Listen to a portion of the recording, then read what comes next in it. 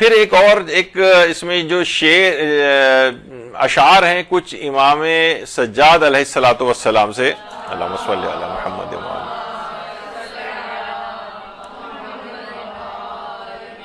جس میں آخری شعر ہے کہ یفرح ھذا الورى بعیدہم ونحن اعیادنا ماتمنا،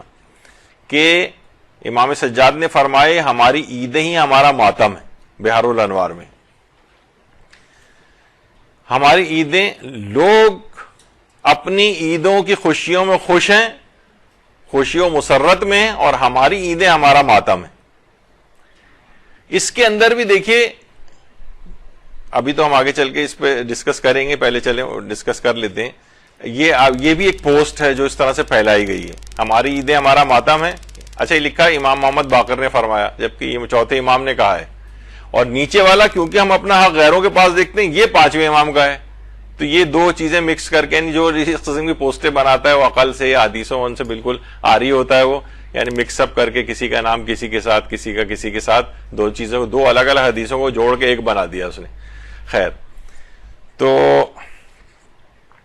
اچھا، یہ جو روایت ہے کہ ہماری عیدیں ہمارا ماتم، یہ مناقب آل ابی طالب جو علامہ ابن شہر آشوب کی کتاب ہے، یہ اس کی روایت ہے، اور علامہ مجلسی نے بھی بحار الانوار میں اسی ابن شہر آشوب کی کتاب سے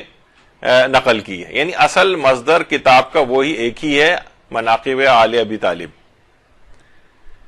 اچھا، اس کے اندر بھی علامہ مجلسی نے بھی بہار کے اندر لکھا ہے کہ وَيُرْوِي لَهُ علیہ السلام، ان سے روایت کی گئی ہے۔ اچھا، ایک چیز آپ کی اپنی معلومات کے لحاظ سے ایک اچھی بات یہ ہے کہ جب بھی روایت میں یہ چیزیں آ جائیں، ایک صیغۃ التمریز کہلاتا ہے، صیغہ تمریز، تمریز مرض سے نکلا ہے، یعنی روایت جو ہے یہ اس کی سند میں کمزوری ہے، ضعف ہے، مریض ہے یہ روایت۔ مثلا یہ کب ہوتا ہے؟ یہ روایت کے شروع میں دیکھنا چاہیے کیا ہے۔ مثلا اگر شروع میں آ جائے رویا یا یروی، ذکرا، بلغنا، وردا، جاء، نقلا وغیرہ اس طرح کے الفاظ اگر روایت میں لکھے ہوں تو اس کا مطلب ہے کہ اس کی سلسلہ سند کمزور ہے، یعنی یہ کہیں پہ بھی روایت کے شروع میں لکھے ہوئے آ جائیں، جیسے کہ اس سے پہلے آپ نے اس کے اندر پڑھا کہ وہ یروی لہو، روایت کی گئی ہے، ذکر کیا گیا ہے، یہ بات ہم تک پہنچی ہے، یہ بات وارد ہوئی ہے، یہ بات آئی ہے، یہ بات نقل ہوئی ہے، اس کے معنی یہ ہیں کہ یہ روایت ضعیف ہے، اس کے سلسلہ سند ہی یا تو نہیں ہے، یا سلسلہ سند اتنا کمزور ہے کہ اس کو لکھنے والے نے نقل ہی نہیں کیا ہے۔ اچھا، بعض اوقات علماء یہ بھی کہتے ہیں کہ بعض اوقات سلسلہ سند ٹھیک بھی ہوتا ہے، اور جو بھی نقل کرنے والا ہے وہ اس کی اسناد کی بحث میں جانا نہیں چاہتا ہے، نہیں ٹائم بچانا چاہتا ہے، وقت بچانا چاہتا ہے کہ غیر ضروری ہم اس میں کیوں جائیں، ایک تو ثابت شدہ چیز ہے تو وہ کہہ دیتا ہے کہ ہاں یہ روایت میں ذکر ہوا ہے، وہ ایک الگ چیز ہے۔ لیکن جہاں صرف یہی اس لحاظ سے ہو کہ جہاں سلسلہ سند نہ ہو، کمزور ہو، تو وہاں پر یہ والی چیز آتی ہے۔ اس کا مطلب ہے کہ یہ بہار کے اندر بھی مناقب آل ابی طالب جس میں اکثر روایات ضعیف اور مراسیل ہیں۔ اچھا، ایک اور بھی بات بتا دوں روزے کے حوالے سے، جس روایت کا آپ کو پتہ نہ ہو کہ پتہ نہیں یہ روایت ضعیف ہے یا نہیں ہے، تو اس میں کچھ جملوں کا یا باتوں کا اضافہ کر دیا جائے، مثلا آپ یہ کہیں روایت میں یہ آیا ہے، اور پھر چاہے وہ بعد میں پتہ چلے کہ روایت ضعیف بھی ہے، تب بھی آپ کے روزے پر فرق نہیں پڑے گا۔ یعنی اگر آپ یہ کہہ دیں کہ روایت میں آیا ہے، یا کتاب کا حوالہ دے دیں،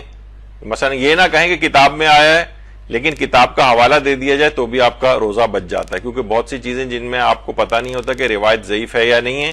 اس کو آپ بیان نہیں کر سکتے۔ بہت سے علماء جیسا آقا خوئی تھوڑا سا اس میں سختی کے بھی قائل تھے،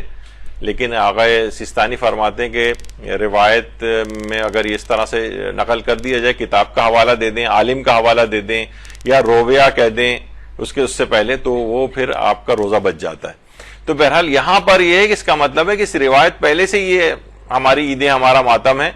تو یہ جو ہے ہماری عید ماتم، یہ اس لحاظ سے وہی والی بات ہے کہ ہم جب ان کا دیکھتے ہیں، ہم دوسری روایات میں بھی آیا کہ ہمارا حق جو ہے غیروں کے ہاتھ میں چلا گیا ہے، تو اس لحاظ سے اس بات کو ذکر کیا۔ اچھا، لیکن اس کے اندر ایک اور مسئلہ کیا ہے کہ اعیادنا ماتمونا،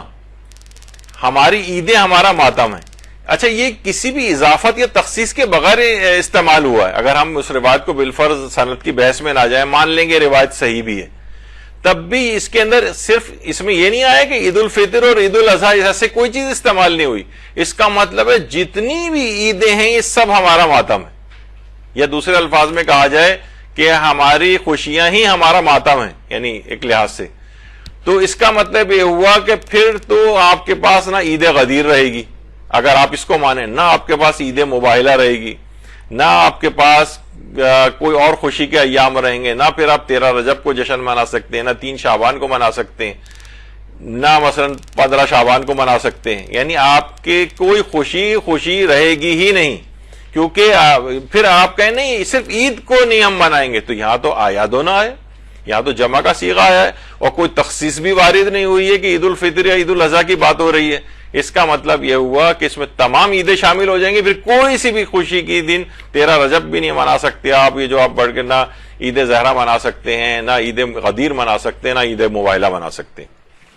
عید غدیر کے متعلق خود پیغمبر اکرم سے روایت ہے، اس میں بھی دیکھیں رویان رسول اللہ اللہم صلی علی محمد و آل محمد. امالی شیخ صدوق کی روایت ہے کہ یوم غدیر خمن افضل اعیاد امتی، یعنی عید غدیر کا دن میری امت کی افضل ترین عیدوں میں سے ہے، افضل تمام عیدوں میں سب سے افضل ہے. تو خود پیغمبر اکرم سے روایت یہ آ رہی ہے کہ یہ عیدوں میں سب سے افضل ہے. اس کا مطلب عیدیں پائی جاتی ہیں نا، ورنہ پیغمبر کو نقل کرنا ہی نہیں چاہیے تھی یہ چیز. اور امام سے بھی جو ہے یہ پوچھا تھا کہ جو عید غدیر کے متعلق، تو امام نے کہا تھا ہاں جتنی بھی اور عیدیں ہیں، حتیٰ کہ عید غدیر، یہ جو عید الفطر ہے، عید الاضحیٰ ہے، اس سے بھی زیادہ عظمت اور شرف کی حامل ہے عید غدیر، کیونکہ اس دن کو امیر المومنین کا نسب کیا گیا تھا، ان کو بطور امیر المومنین کے نفاذ ہوا تھا اس چیز کا. تو بہرحال یہ کہ خود امام نے کہا کہ یہ تمام عیدوں میں سب سے زیادہ عظمت اور شرف رکھتی ہے، بلکہ ان عیدوں سے بھی زیادہ شرف رکھتی ہے. تو اس کا مطلب یہ ہو کہ عیدیں ہیں یہ چیزیں. اور چھٹے امام فرماتے ہیں کہ رسول اللہ نے فرمایا تھا کہ یوم درود بھیجیے اللہم صلی علی محمد و آل محمد،